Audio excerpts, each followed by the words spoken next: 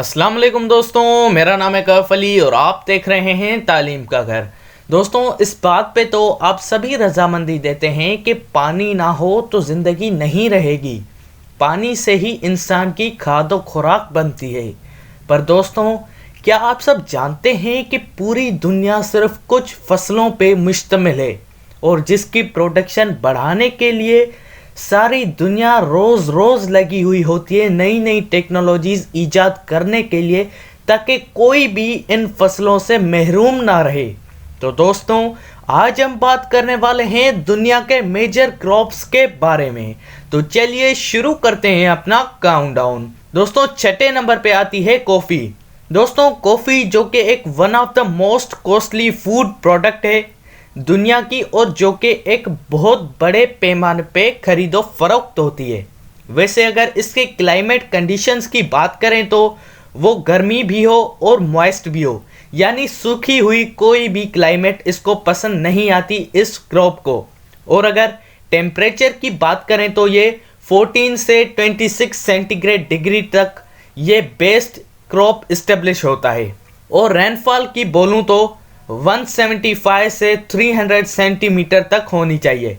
Brazil, Colombia, Ivory Coast, Uganda, Guatemala, Indonesia, El Salvador और India में coffee की best production होती है, सबसे ज़्यादा होती है। पाँचवें नंबर पे आती है टी। दोस्तों, चाय की तो क्या ही बात करूं, आय हाय हाय हाय हाय, चाय है तो ज़िंदगी है। दोस्तों, मेरा पहले और आखिरी प्यार का नाम ही है चाय। वैसे टी भी वार्म और मॉइस्ट क्लाइमेट में प्रोड्यूस होती है और ये 21 सेंटीग्रेड की टेम्परेचर पे ज़्यादा बनती है, और अगर रेनफॉल हो तो वो भी 200 से 250 सेंटीमीटर के दरमियान में हो। और टी सबसे ज़्यादा चाइना और उसके बाद इंडिया में प्रोड्यूस होती है पूरी दुनिया में। चौथे नंबर पे आती है कॉटन। दोस्तों, कॉटन ही है जिसकी वजह से आज हम सब लोग अच्छे, प्यारे, पाक और साफ लिबास पहन सकते हैं। वैसे ये दोस्तों वार्म और मॉडरेट सीज़न में ग्रो करती है और ये तकरीबन 25 सेंटीग्रेड टेम्परेचर को बर्दाश्त करती है।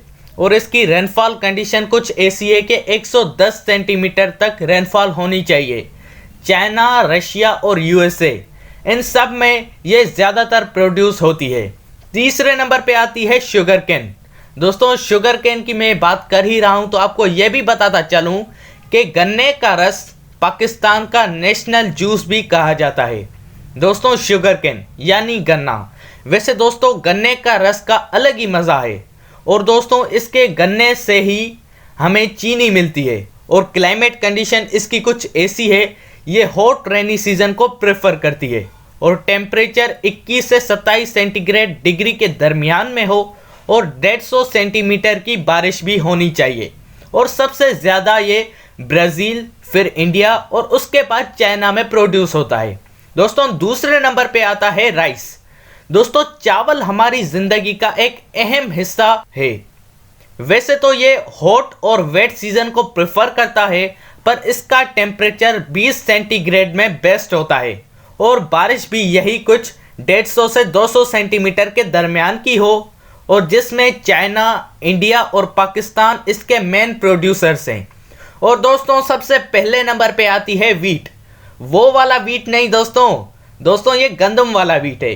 दोस्तों, गंदम जो कि वो क्लेलोम सॉइल के एक टाइप है उसमें प्रोड्यूस होती है और ये 17 से 25 सेंटीमीटर डिग्री की टेम्परेचर में बनती है।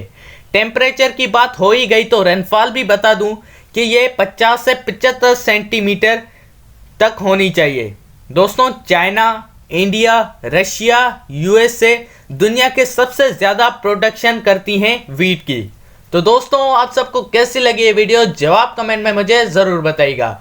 और अगर ये वीडियो अच्छी लगी तो लाइक और सब्सक्राइब करना मत भूलिएगा हमारे चैनल तालीम के घर को, और नोटिफिकेशन का बेल ऑन कर लीजिएगा ताकि ऐसे ही इंफॉर्मेटिव और क्रिएटिव वीडियोस की नोटिफिकेशन सबसे पहले आपको मिल जाए। और दोस्तों, इसी के साथ अपने भाई को दीजिए इजाज़त। अल्लाह हाफिज़।